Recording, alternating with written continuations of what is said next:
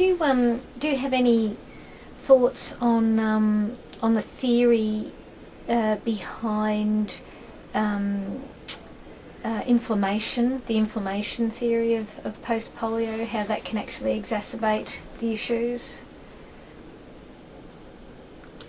I don't know about exacerbating. There is some suggestion that there might be an inflammatory component.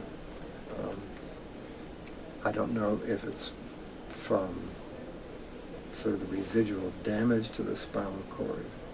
There's dead tissue that's provoked sort of a low-grade smoldering, as opposed to a fresh infection, say a viral infection or something. If that were the case, it would be more likely an immunologic thing where the virus might trigger something that attacks the body. I mean, that's the theory that the Swedish folks were going on when they used the immunoglobulins.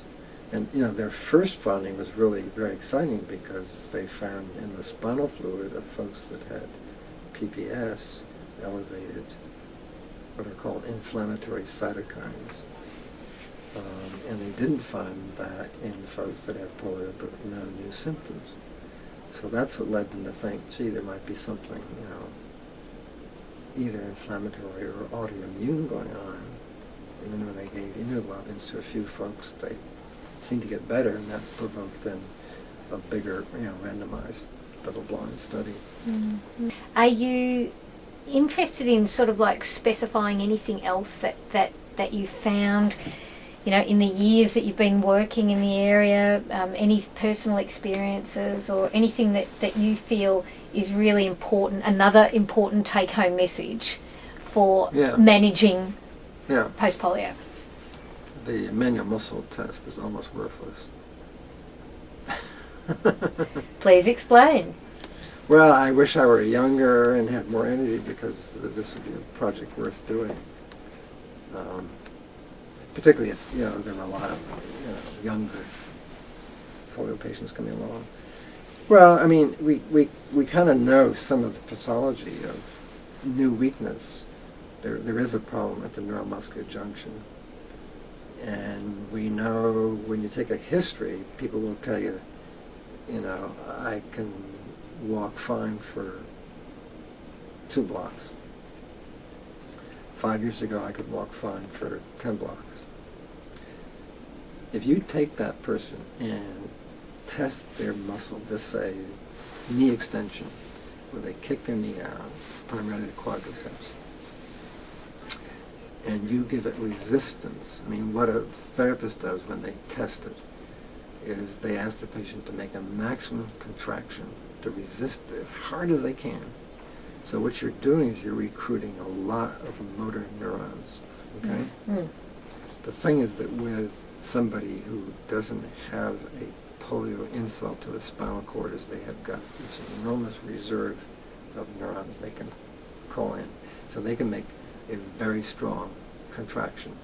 Now, the polio person's contraction might be as strong, but they're using absolutely every last motor neuron in the neighborhood. Okay? The guy without the polio is doing it, and he's like, it's all the reserve forces. Mm. So the thing is that when you then ask the polio patient to contract again, it may not be quite as strong. And maybe you can't tell that, but if you put them on a machine, it would show. And you ask them to repeat it. And the 5th time, you begin to feel it ain't quite as strong. By the 10th time, it's quite a bit weaker. By the 20th time, they can hardly bring their foot up in the air. Now, that's an example, and it may be a bit of an exaggeration to make the point. The thing is that the polio muscle tends to be poorly innervated.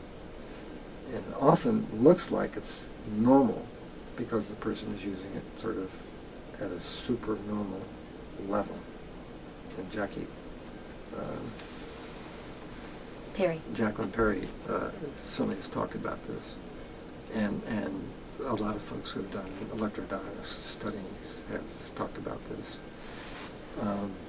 So, given that,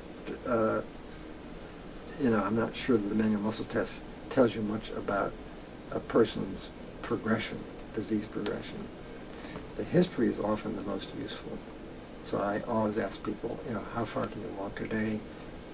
And compare that to 1 year ago, 3 years ago, 5 years ago. How many stairs can you climb? How long can you stand without having to, look for a place to sit? Today compared, in the past. And that will often elicit a very clear picture, of a decline. And I think the manual muscle test, if it were done in a different way, could demonstrate much the same thing. So it would be how many repetitions with full resistance can they do, with a certain muscle group before they start to fatigue.